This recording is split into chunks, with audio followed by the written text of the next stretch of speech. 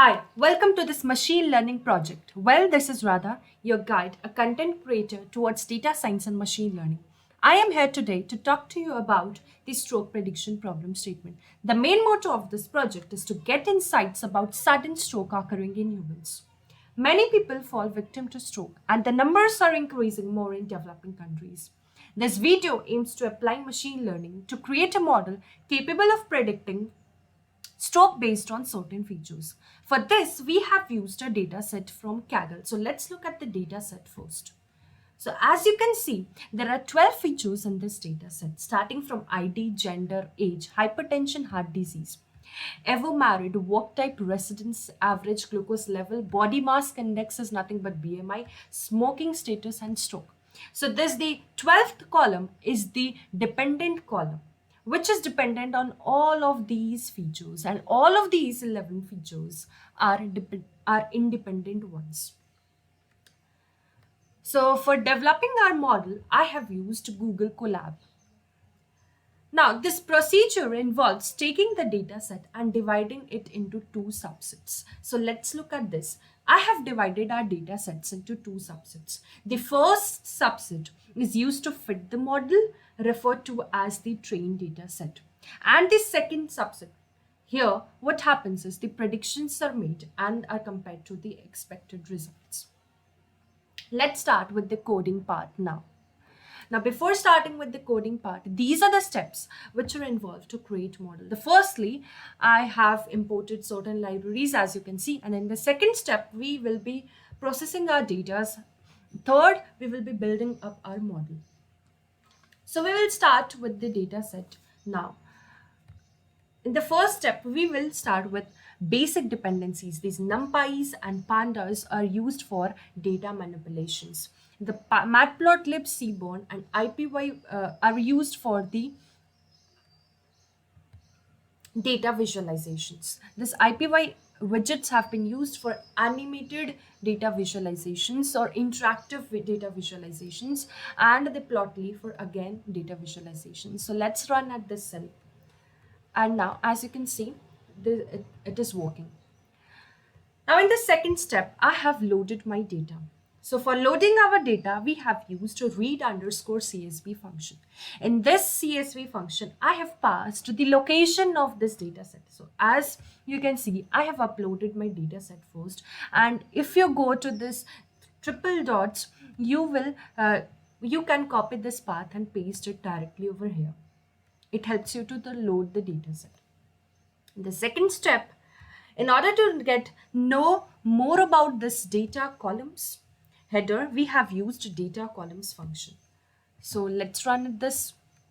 Now all these data columns have been used over here, like ID, gender, age, hypertension, heart disease, ever married, and all of these steps. And as you can see, the data types here are the object, which means that mostly all of them are string data types.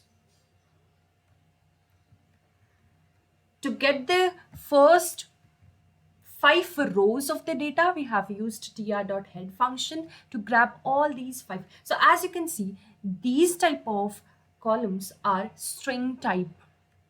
Similarly, for the test data, we have done the same thing. We have grabbed all the first 5 hits. Now, in order to check the number of rows and columns, we have used shape, tr.shape and ts.shape. In tr, we have stored the data for the trained data set, and the test data set we have stored in ts variable. So we can quickly check the rows and columns in tr.shape and ts.shape function. Now comes the second step of this model creation, which is data cleaning. Now, what is this data cleaning? Data cleaning is a process of detecting and correcting or removing corrupt or inaccurate records from the database. So it is essential for better accuracy of our model. We want to get rid of all those redundant data which we don't want. So for cleaning, we first checked for the null values in the data. So in order to do that, we have used isNull function, and we have quickly calculated all the sums of null values. So as you can see, in BMI column, we have 1462 columns, and in this smoking status we have this much numbers of null values. Similarly, for the test data we will do the same, and as you can see, these are the records which have null values. So now if we want to check the percentages of the missing values, we can easily check that with the help of simple mathematics, dividing with the length of the data, trained data sets. So here, as you can see, in the smoking status, we have 30% null values, and in the BMI, we have only 3% null values. Now, there are several ways to manipulate this null values. Either we can impute null values, or we can drop that specific rows or columns if the percentage level is high. Now, in this data set, trained data set, we will be dropping all of these irrelevant or null datas from our databases. Okay, so in order to get rid of all of those rows which has null values, we have used dropna function. Inside this dropna function, you have to pass this parameter axis equals to 0.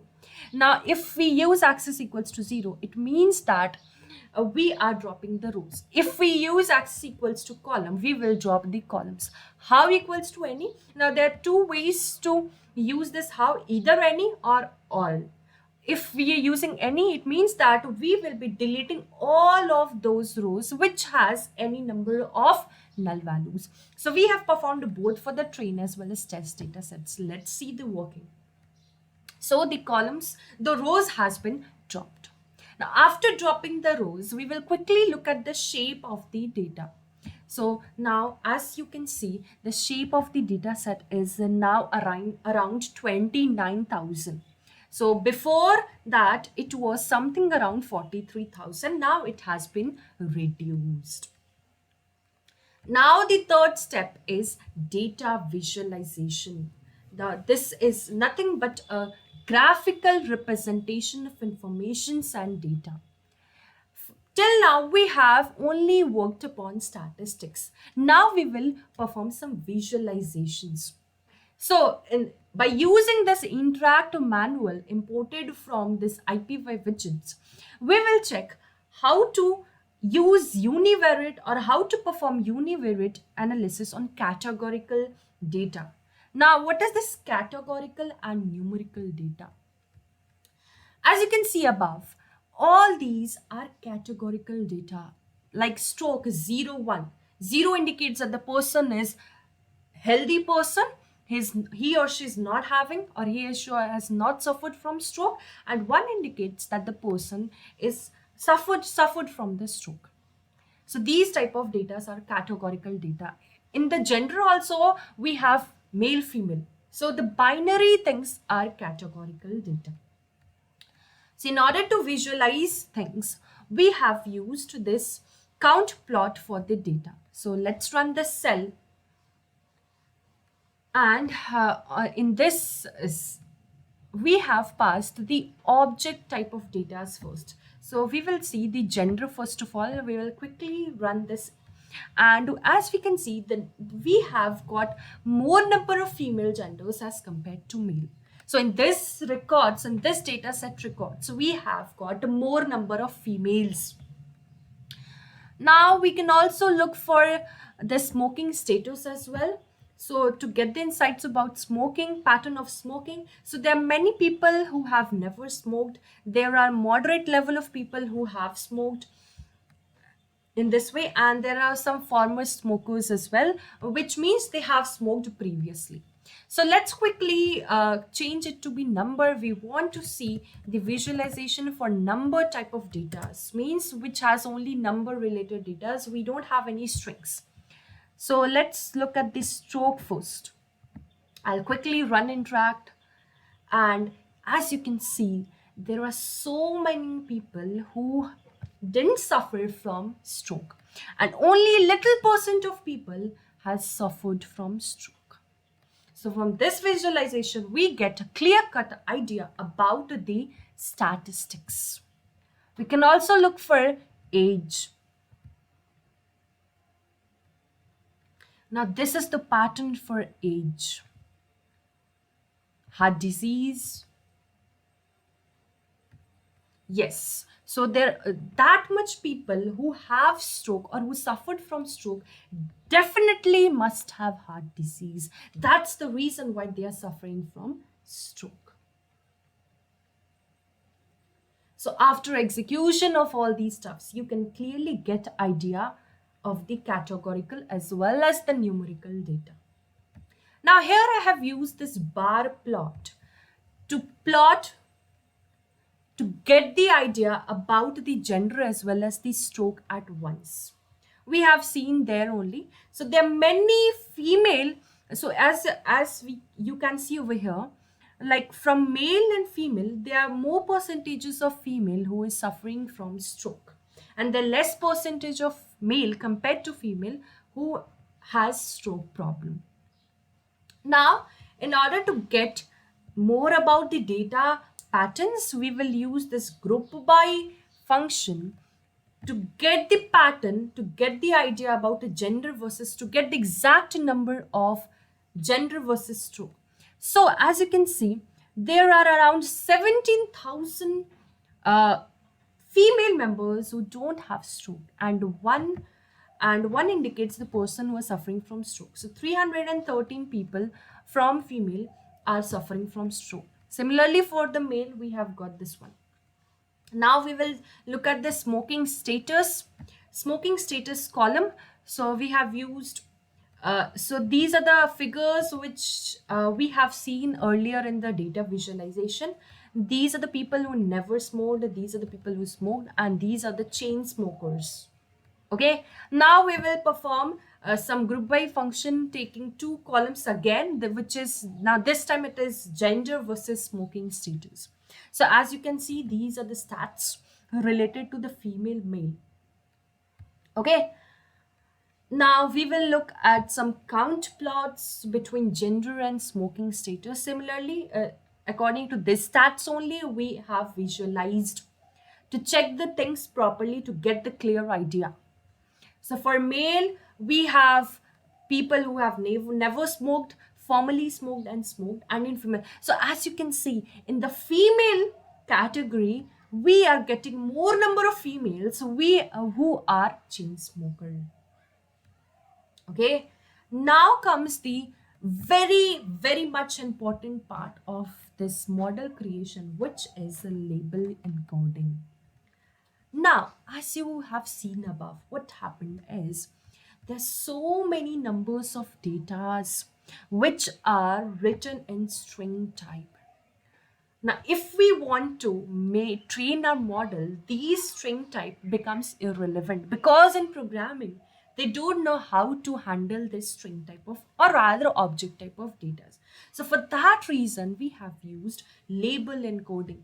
So label encoding is nothing but it refers to converting the labels into numeric form so that the machine gets all the data in the readable form. It note that it is a pre-processing step.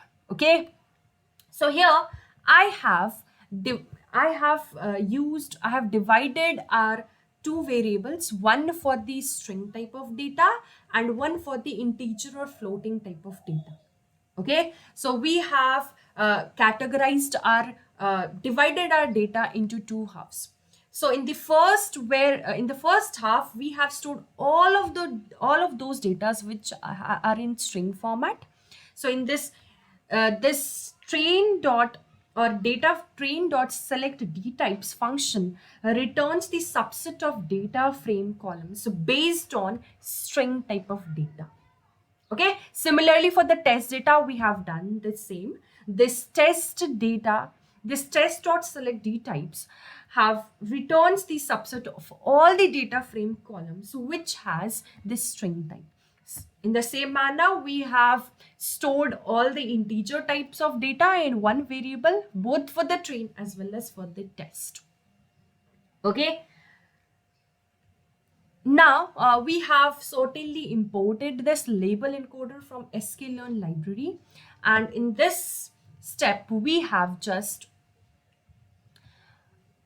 initialized our object. So let us quickly run this cell. Let us quickly run this cell. I guess it's already been used. Okay. So as you can see, after initializing our label encoder, we have just fitted our data in that manner using string.apply method. And in the fourth line, we have just joined our converted data from string to int and the data which was earlier in the integer format only. We have joined both of these data frames. And after joining this data frames, we have grabbed all the 5 heads. So as you can see, now you will get no more string type of data. All have been converted into the numeric format. So this we were able to do with the help of label encoder. Okay. Now similarly we will do for the test data as well. We have converted all of these string raw data into the numeric data. So till now everything is looking very much perfect. Now in the next video we will create our model and we will check the performance of our model. I hope you liked this video and I hope you liked this video. If you have liked it, stay tuned for the next video. Thank you.